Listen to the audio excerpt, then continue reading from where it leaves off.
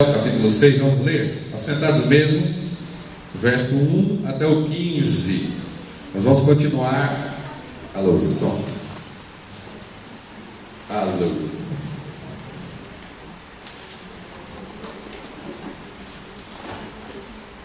Som. Está me ouvindo? Está me ouvindo, amém? Som. Isso. 2 Samuel, capítulo 6, verso 1 a 15, vamos ler, assentados mesmo, a palavra do Senhor, ok? Tudo certo aí, Arthur? Diz assim: tornou Davi a juntar todos os escolhidos de Israel, em número de 30.000, dispôs-se, e com todo o povo que tinha consigo, partiu para Baalá de Judá, para levarem de lá para cima a arca de Deus, sobre a qual se invoca o nome do Senhor dos Exércitos, que se assenta acima dos querubins. Puseram a arca de Deus num carro novo, e a levaram da casa de Abinadab, que estava no outeiro, e Uzá e Aiô, filhos de Abinadab, que guiavam o carro novo. Levaram-no com a arca de Deus da casa de Abinadab, que estava no outeiro, e Aiô ia adiante da arca. Davi e toda a casa de Israel alegravam-se perante o Senhor, com toda sorte de instrumentos de pau, de faia, com harpas, com saltérios, com tamborins, com pandeiros e com símbolos. Quando chegaram à ilha de Nacon, estendeu Uzá a mão à arca de Deus e a segurou, porque os bois tropeçaram. Então a ira do Senhor se acendeu contra Uzá, e Deus o feriu ali por esta irreverência, e morreu ali junto à arca de Deus. Desgostou-se Davi porque o Senhor irrompera contra Uzá, e chamou aquele lugar Pérez Uzá até o dia de hoje. Temeu Davi ao Senhor naquele dia e disse: como virá a minha arca do Senhor? Não quis Davi retirar para junto de si a arca do Senhor para a cidade de Davi, mas a fez levar à casa de Obed-edom, o geteu. Ficou a arca do Senhor em casa de Obed-edom, o geteu, 3 meses, e o Senhor abençoou e toda a sua casa. Verso 12. Então avisaram a Davi dizendo: o Senhor abençoou a casa de Obed-edom e tudo quanto tem, por amor da arca de Deus. Foi, pois, Davi, e com alegria fez subir a arca de Deus da casa de Obed-edom, a cidade de Davi. Sucedeu que, enquanto os que levavam a arca do Senhor tinham dado 6 passos, sacrificava ele bois e carneiros cevados. Davi dançava com todas as suas forças diante do Senhor, e estava cingido numa escola sacerdotal de linho. Assim Davi, com todo Israel, fez subir a arca do Senhor com júbilo, ao som de trombetas. Amém? Até aqui, fica com a sua Bíblia aberta, e nós vamos meditar na palavra do Senhor. Está tudo certo aí em cima, Arthur?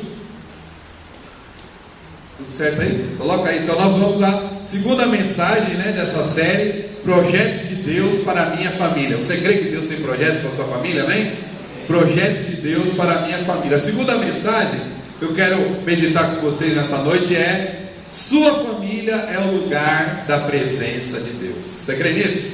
Pode falar isso comigo. Fala assim: minha família é o lugar da presença de Deus. Esse texto, então, fica com a Bíblia aberta, que nós vamos meditar sobre ele. Ressuscitou aí. O Carlos fez uma oração forte ali, e o computador retornou. A gente leu o texto de 2 Samuel, e eu queria que você ficasse aí com a Bíblia aberta para a gente meditar sobre esse assunto que nós estamos falando nesse mês de outubro. A nossa família é o bem mais precioso que Deus nos deu. Você sabia disso? Que é o centro das atenções no mundo espiritual. Olha aqui para mim, queria que toda atenção agora, por favor, olha aqui para mim. Eu sei que eu sou muito bonito, vou ofuscar, vocês com a minha beleza, mas por favor, olha aqui para mim, preste atenção na palavra de Deus. A nossa família é o centro das atenções do mundo espiritual. Quando a gente fala de presença de Deus, nós queremos para a nossa vida individual e queremos também para a nossa família. A gente fala de presença de Deus e nós pensamos o quê? E sentimos a presença no culto, como sentimos no congresso, no retiro. Mas a nossa família também podemos experimentar a presença de Deus. Você crê nisso, amém? Você deseja isso? Quantos desejam isso? Experimentar a presença de Deus na nossa família. Isso é de fato viver o reino de Deus. que a nossa casa, que o nosso lar seja um pedacinho do céu. Um pedacinho do céu. A Bíblia fala sobre o reino de Deus. E o que é o reino de Deus? Paulo, lá em Romanos 14, 17, ele afirma que o reino de Deus porque o reino de Deus não é comida, nem bebida, mas justiça, paz e alegria no Espírito Santo. Amém?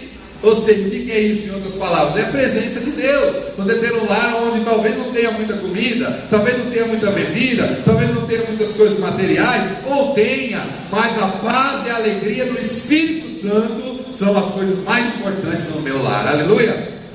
Aleluia! Isso é o reino de Deus, é a presença de Deus. Ela nos garante essa alegria, essa paz no Espírito Santo, conforme Paulo fala. Nossa família vai estar contente, abençoada, independente da condição financeira, se a gente buscar a presença de Deus. E como eu estou afirmando nessa segunda mensagem, a sua família é o lugar da presença de Deus. Amém? Não, acho que você não entendeu. A sua família, amém? É o lugar da presença de Deus. Aleluia! Eu quero que você preste bastante atenção às suas mensagens no mês de outubro. O Senhor está me fazendo revisitar a palavra de Deus em muitos textos. Então eu estou falando bastante de contexto histórico. Então vamos lá, pega a sua Bíblia aí, pega os seus dedos, faz assim, né? Então vamos olhar a Bíblia, né? Vamos no contexto histórico pensar sobre o que simbolizava a presença de Deus no Antigo Testamento. O que simbolizava a presença de Deus no Antigo Testamento? A Arca da Aliança. A presença de Deus, né, no Antigo Testamento era simbolizada pela Arca da Aliança. Então eu quero começar por aí. O que é a Arca da Aliança, né? Vamos voltar no tempo e entender um pouquinho essa questão da presença de Deus, essa relação dos judeus com a Arca, né? Presta atenção, não está aí, né? Mas para você prestar atenção, lá em Êxodo 25, por exemplo, Deus fala para Moisés, ele ordena Moisés a construir a arca, né? E a arca tinha as tábuas, né, da aliança, e ele escreveu com a sua própria mão dentro da arca. Está lá em Êxodo 25, a primeira menção da arca de Deus. Depois Deus fala que sobre a arca tinha uma tampa, e essa tampa era feita de ouro, e nessa tampa tinha querubins, um assim com a asa para o outro. E Deus afirma, presta atenção nisso, Deus afirma que sobre aqueles querubins tinha um espaço chamado propiciatório, um local onde a Bíblia afirma, Deus falando: eu me encontrarei com você e lhe darei todos os meus mandamentos destinados aos israelitas. Amém? Estão entendendo aí? Quantos estão entendendo? Estou lá em Êxodo, tá?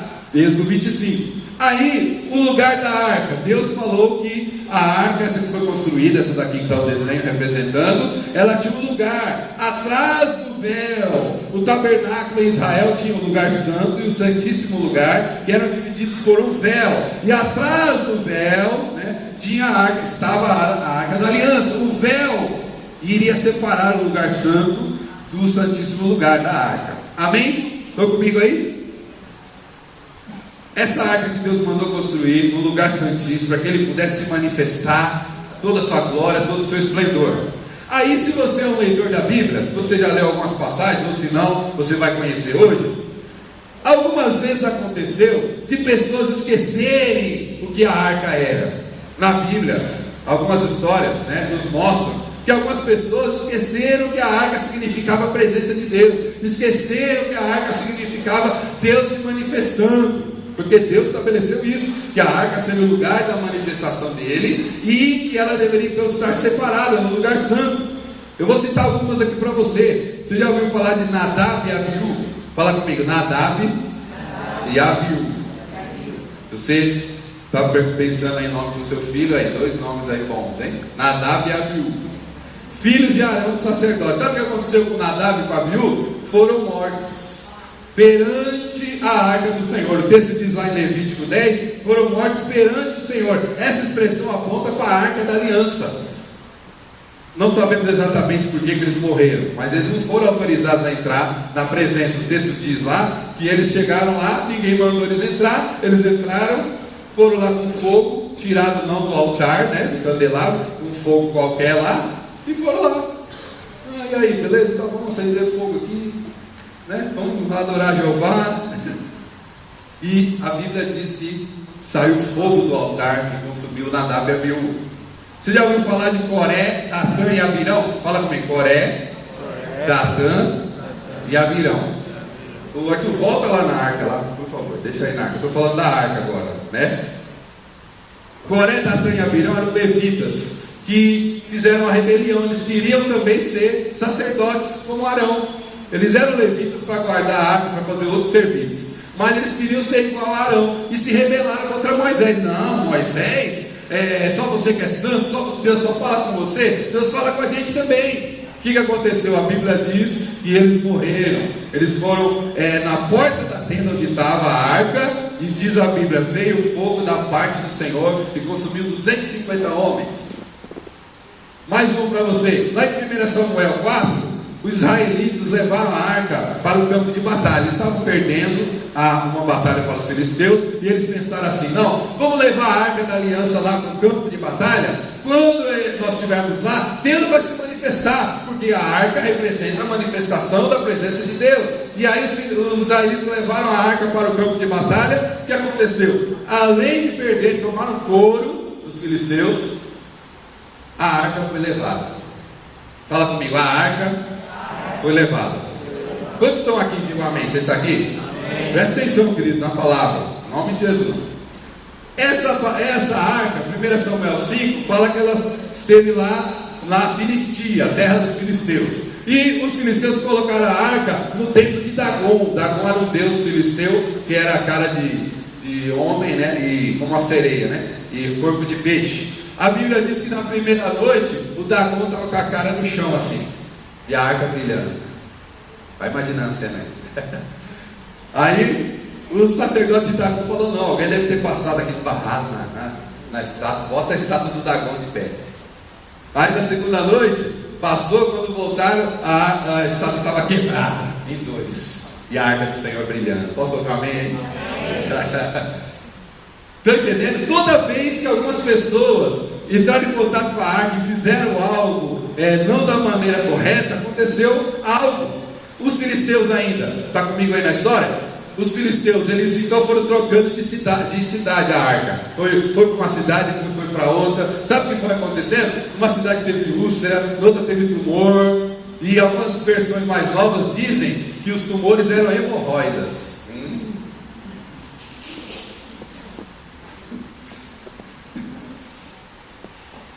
E depois o que aconteceu? Os filisteus falaram: essa arca não é para ficar entre nós, vamos devolver ela para o Deus de Israel. Colocaram então no carro novo, e aí mandaram também com umas ofertas de ouro, e mandaram de volta. Quando ela chegou na primeira cidade judia, né, israelita, os levitas daquela cidade chamada Bet-Semes pegaram a arca e as ofertas. Só que aí quando chegou a arca, o pessoal: opa, que legal, a arca do Senhor, vamos olhar o que tem dentro. Abriram a arca. Isso está em 1 Samuel 6. Sabe o que aconteceu? 70 homens que olharam ali dentro da arca. A Bíblia diz o quê? Que eles foram fulminados. Estão entendendo onde eu quero chegar? Toda vez que alguém se relacionava com a arca, que no caso do Antigo Testamento é a presença de Deus, de forma errônea, alguma coisa acontecia. Tá, pastor, tudo bem, você está dando uma aula aí, legal, mas o que isso tem a ver com a minha família? Eu quero justamente então fazer o contraste, né? Agora sim, aqui, o contraste entre duas famílias envolvidas nesse episódio. Quando agora o texto aí em 2 Samuel 6, está com a Bíblia aberta, vai então acontecer a nossa história, é exatamente a continuação disso que eu estava falando. Duas famílias aí estão envolvidas: a família do Abinadab, fala comigo aí, Abinadab, e a família do Obed-Edom. Fala aí, Obed-Edom. Duas famílias estão envolvidas nessa história toda da arca aí, né? E a relação dos judeus com a arca, que simbolizava a presença de Deus no Antigo Testamento, pode nos ensinar muito sobre como atrair a presença de Deus para a nossa família. Você deseja ainda a presença de Deus na sua família? Amém? Posso ouvir um amém aí? Então por que eu dei essa volta e contei essa história? Porque é importante para entendermos como deve ser, ou como nós devemos atrair a presença de Deus para a nossa família. E essa é a minha pergunta: como atrair a presença de Deus para a minha família? Pergunta para o seu irmão aí: como atrair, meu irmão? Você sabe como? Se a arca e agora é óbvio que nós estamos na nova aliança, não tem mais a arca, não tem mais o símbolo, um objeto que representa a presença de Deus. A presença de Deus agora está no tabernáculo, muito melhor e muito mais bonito, que é o nosso coração. Põe a mão no seu coração aí. Essa é a arca do Senhor aí, amém? Essa é a arca do Senhor, amém, querido? E você é o tabernáculo do Senhor agora, aleluia. Então nós vamos olhar para o Antigo Testamento e vamos pegar os princípios. Eu não vou aqui mandar construir uma arca, né? Falar, Carlão, pega os compensados lá, faz uma arca e tal. Não é isso. Nós vamos pegar os princípios da palavra de Deus para entendermos como atrair a presença de Deus para a nossa família. Primeira coisa, está aí no verso 3, está com a Bíblia aberta aí, 2 Samuel 6. Primeira coisa está no verso 3. Deus só aceita as coisas da maneira dele. Deus só aceita as coisas da maneira dele. Olha o verso 3. Puseram a arca de Deus aonde? Numa Ferrari? Num Peugeot? Qual os carros que você vende lá, Andressa? Volkswagen? Chevrolet? Não. Fiat. Puseram a arca de Deus num carro novo. Só que isso daí tinha toda a boa intenção, né? O texto que a gente leu, eles colocaram a arca no carro novo, e aí aparecem os dois meninos lá, usaram o aiô, eles estão levando a arca, tudo lindo, maravilhoso. Só tinha um problema. Esse era o método filisteu. Lembra que eu falei aqui como que os filisteus devolveram a arca? Colocaram no carro novo. Mas os filisteus não tinham conhecimento do Deus Jeová. Os filisteus não tinham conhecimento das leis de Israel. Então Deus, né, nem levou em consideração isso. Mas agora não. Agora, se você está com a Bíblia aberta aí, o verso 1 diz que tinha 30 mil homens. Davi, tinha os levitas, havia uma procissão, toda uma festa para que a arca de Deus chegasse em Jerusalém. Todo mundo é adorador de Deus. Só que usaram o método filisteu. Uzá ia na frente, conduzindo a rédea. Ô boi! Quem já conduziu o boi aí? Como é que é? Assim, né? Ô boi! Ô! E a arca lá? A arca se bater, usar na frente. Ô boi!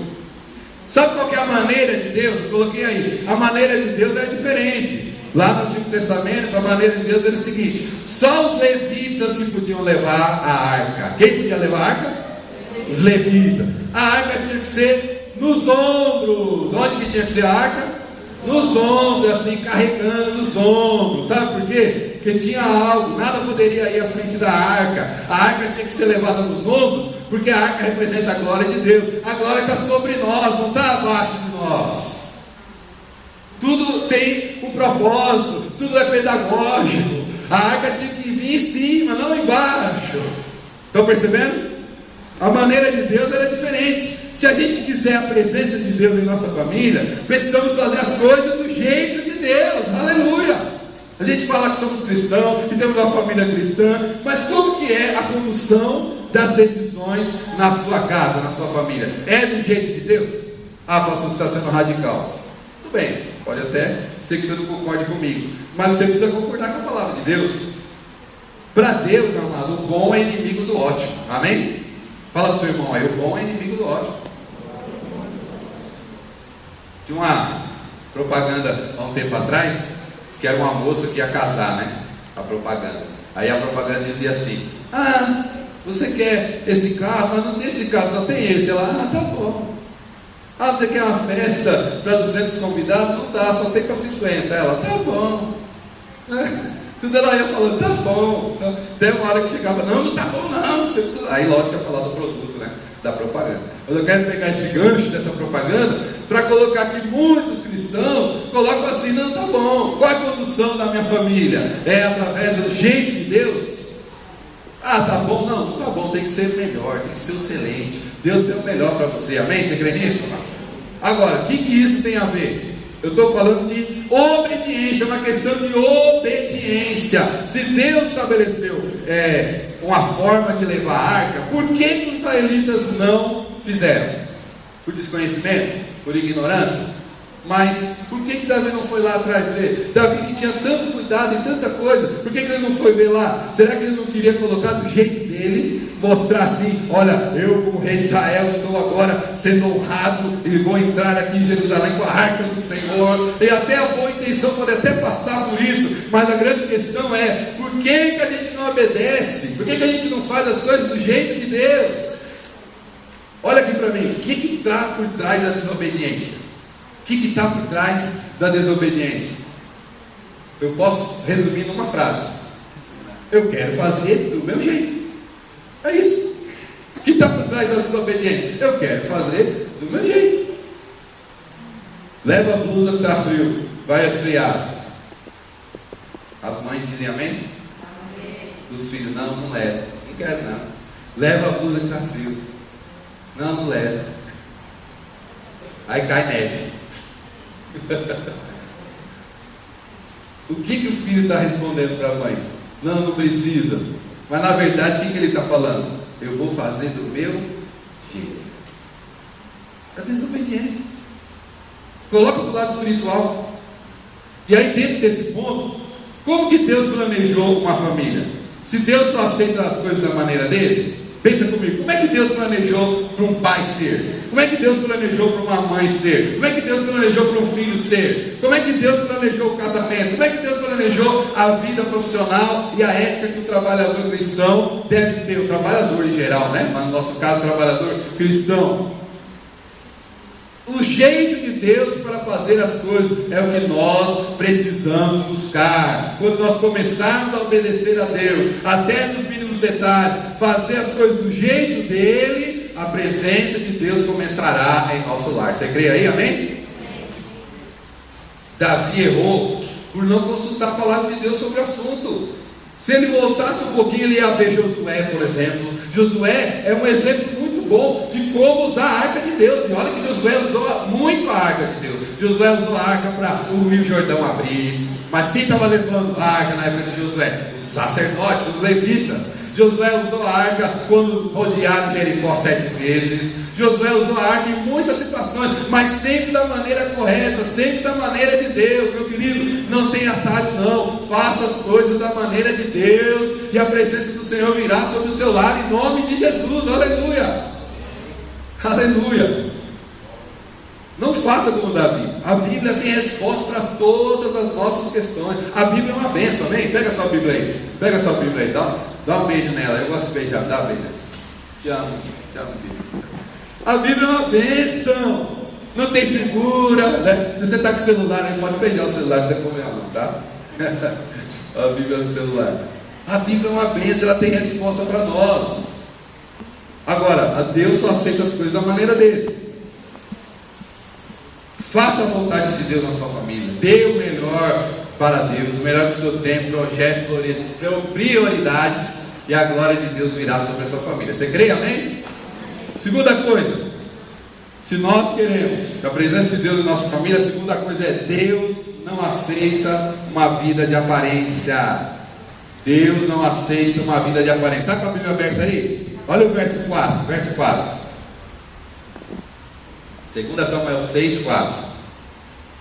Levaram-no com a arca de Deus na casa de Abinadab. Quem era o Abinadab? Fui lá no dicionário, meu amigo, né? O Abinadab, o nome dele no dicionário significa meu pai é nobre. Meu pai é nobre. Ele é habitante de uma cidade chamada Kiriat Jearim, ou talvez na sua versão, Baalá, né? Baalim.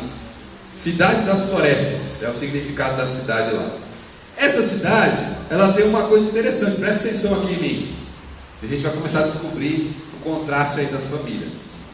A cidade desse Abinadab era a cidade dos Gibeonitas.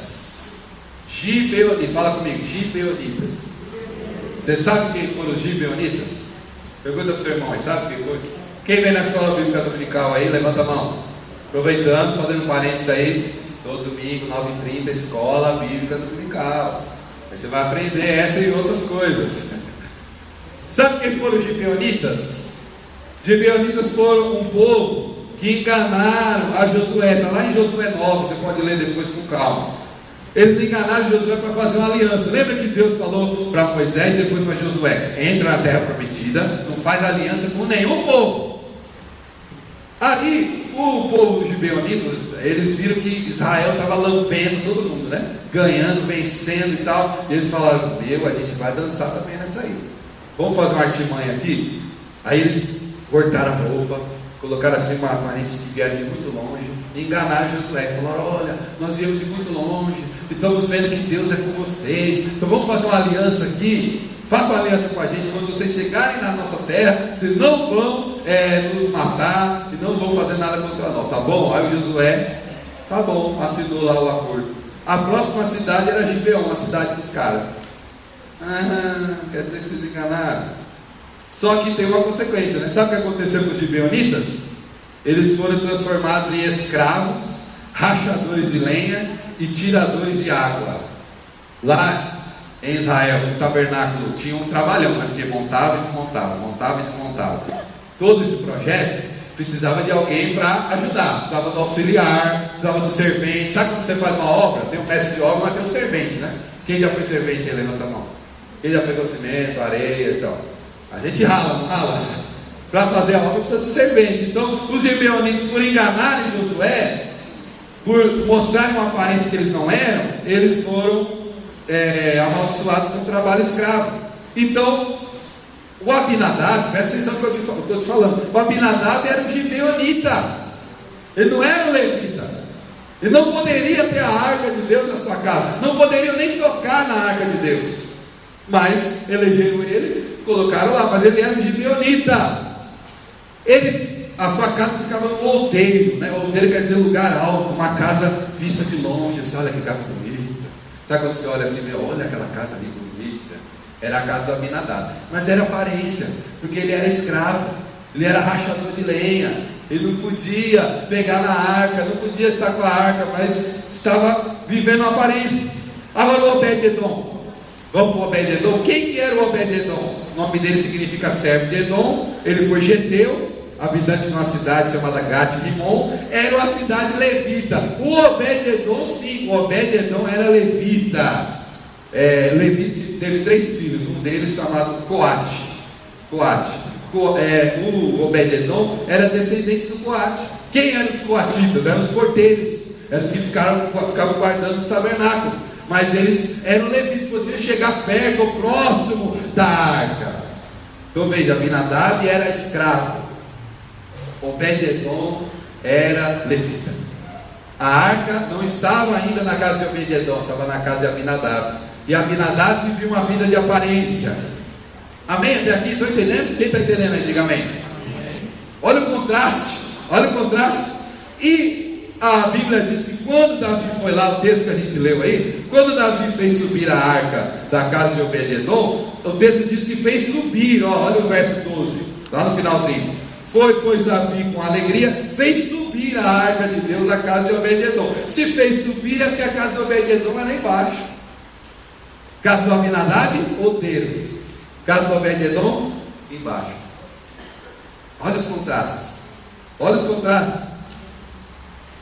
Abinadab foi amaldiçoado com trabalho esforçado, mas vivia uma vida de aparência. Enquanto Obed-Edom era levita, legítimo guarda, porteiro da arca, mas morava num lugar simples, humilde, não se mostrava. Mas Deus tinha consagrado a família de Obed-Edom e não de Abinadab. Por que eu estou dizendo isso? Para colocar esse segundo ponto, que Deus não aceita a vida de aparência. Tem gente que é rachador de lenha, tirador de água, mas vive como se fosse o rei. Eu sou. Glória a mim, louvado seja eu. Aparência. Sabe aquele ditado que o pessoal diz? Come mortadela